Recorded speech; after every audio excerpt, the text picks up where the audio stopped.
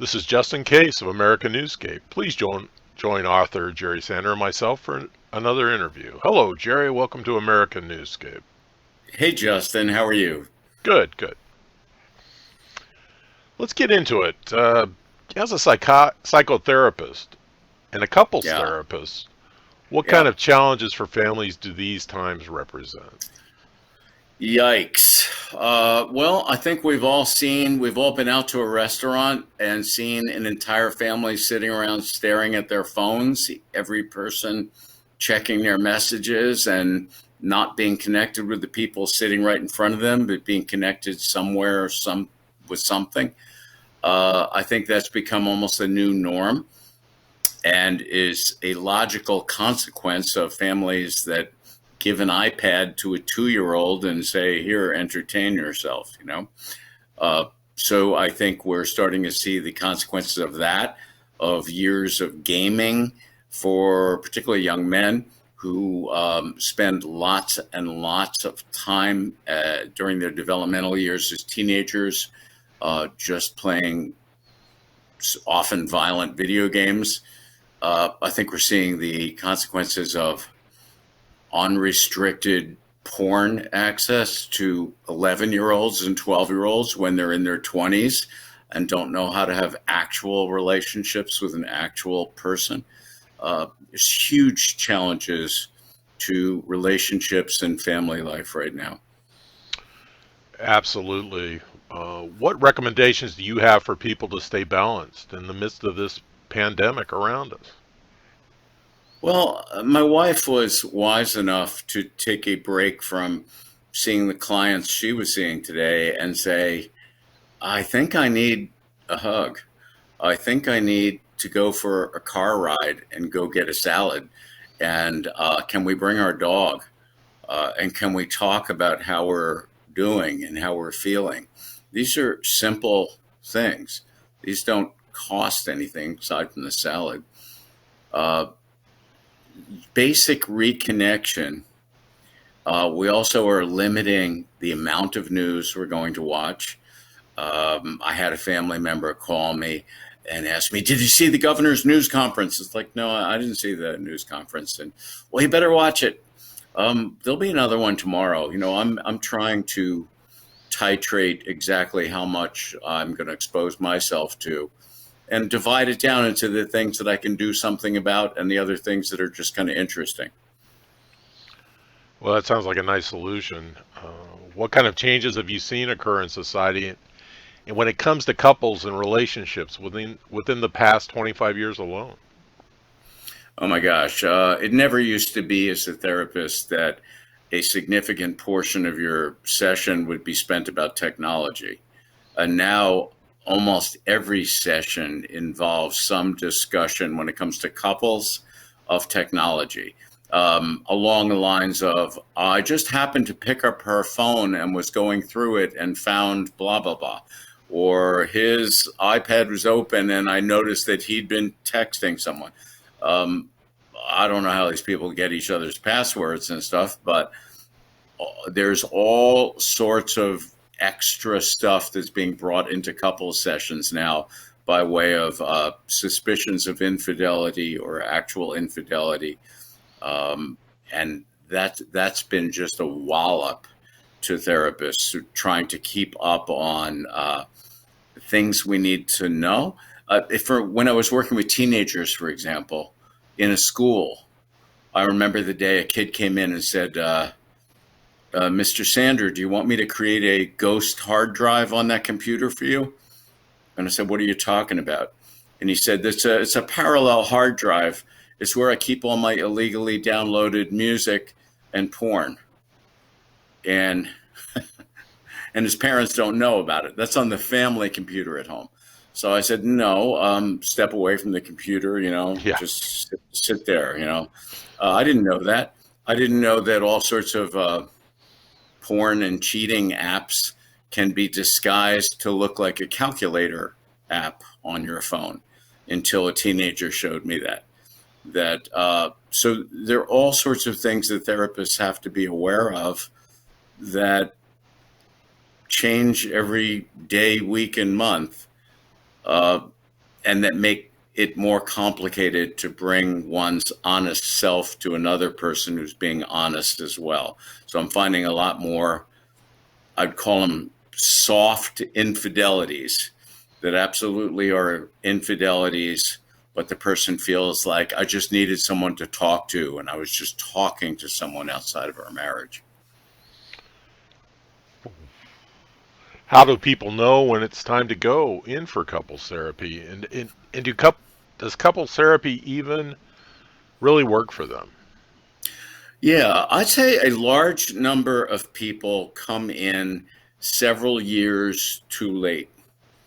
Um, Sometimes people want to come in and feel good that they did a session before going to the lawyer, and although do two sessions and conclude it didn't work, and this is incredible to me that you've got a marriage or a relationship that'd be 5, 10, 15, 20 years, and you're upset that two sessions didn't get to it, when actually it should have been a process that began 3 to 5 years ago, when you started really falling away from each other and accepting what one therapist I know calls a level of stable misery, getting used to not being heard, getting used to not being seen, not seeing your partner, not cherishing your partner, not being expressive.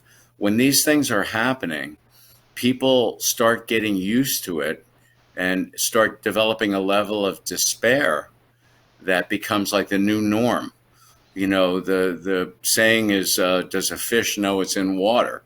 So you just get used to a certain level of, the phrase I keep hearing over and over is, it is what it is. And whenever I hear that these days, it's usually a guy who says that to me, but not always a guy. When I hear that, I translate that in my own mind as not it is what it is, but I'm in incredible heartbreak and don't know how to find a way out of it. Wow. Okay. Yeah. What recommendations do you have for couples trying to stay balanced, particularly in the midst of this pandemic crisis that's being thrust upon us? Well, realize, if you're lucky enough to have someone else in your life, uh, who's your beloved, or whom you say is your beloved, allow them to see and feel your vulnerability. Some of these things are scary. It can be very helpful to say to someone whom you love and trust, I'm scared. I read about this, or I saw about this, and I feel vulnerable and I'm scared. Uh, that's the most basic of things. So instead of doing the tough guy act for either sex, or just doing the same old, I always say couples come in and they think the options are to do the same old or the old same. They're not thinking outside the box. Outside the box means remembering who you once were as a couple, why you chose each other in the first place, which usually means before we had kids, there was a special glow to the relationship. Usually, people don't choose each other so that 20 years from now we can be stable misery. That is not the intention, but it went off the rails somewhere. So to the extent that you can remember and contact the original impulses at all, great. And then don't be afraid to raise the flag and say, I think we need to talk to someone. Now, if you go in and talk to a couples therapist and they really seem non-committal, or just, how was your week? How was your week? You might have the wrong couples therapist. You need someone who's going to have a strong point of view and help you both get aligned in the direction of the relationship. Well, that connection with the therapist is very important, I would assume, for both parties. It is. And sometimes it means hearing bad news. It means being able to hear the truth. The type of couples therapy that I do believes that people respond to hearing the truth and will trust you, the therapist, if you tell the truth. Now, that doesn't mean always being neutral or making believe you're neutral. If someone's behaving in a way that's really destructive to a relationship, you've got to call them out about it not just pretend to remain neutral. So you see someone destroying something and you don't call them out on it, you are not doing your job as a couples therapist in my book. Well, I have to agree with you, Jerry. To conclude, what can couples hold on to these days, and where do we go from here? I think we reevaluate, again, this pandemic crisis is giving everyone a chance to understand, to look at things with fresh eyes. How much do we want to travel? How much do we want to spend? How many trips do we want to make to your mother's house every year? um, just everything. How many belongings do we have and need? At what level of prosperity do we want to live versus what downsizing gives us more time to do the other things we love? So I think it's a wonderful opportunity. But one thing I would advise for all couples is to have house meetings. These meetings are the boring meetings. These would be like the project manager meetings, like the to-do list meetings. They shouldn't take 2 hours a week. It should take around 20 minutes. And you just go through who's doing what, who's clearing up the brush in the backyard, who's going shopping, who's going to walk the dog on what days. You get that stuff out of the way, and you'd be surprised how much time clears up for things like making love and having dinners together and doing all sorts of good things together. Once again, thank you. This has been Justin Case and Jerry Sonder, author of the book Convergence, and he shared a glimpse into convergence. Thanks for joining us. Please remember additional information and links are provided in the videos. Read more. Please remember to support Society's authors everywhere and consider subscribing to the channel. Thank you, Jerry. Thank you, Justin.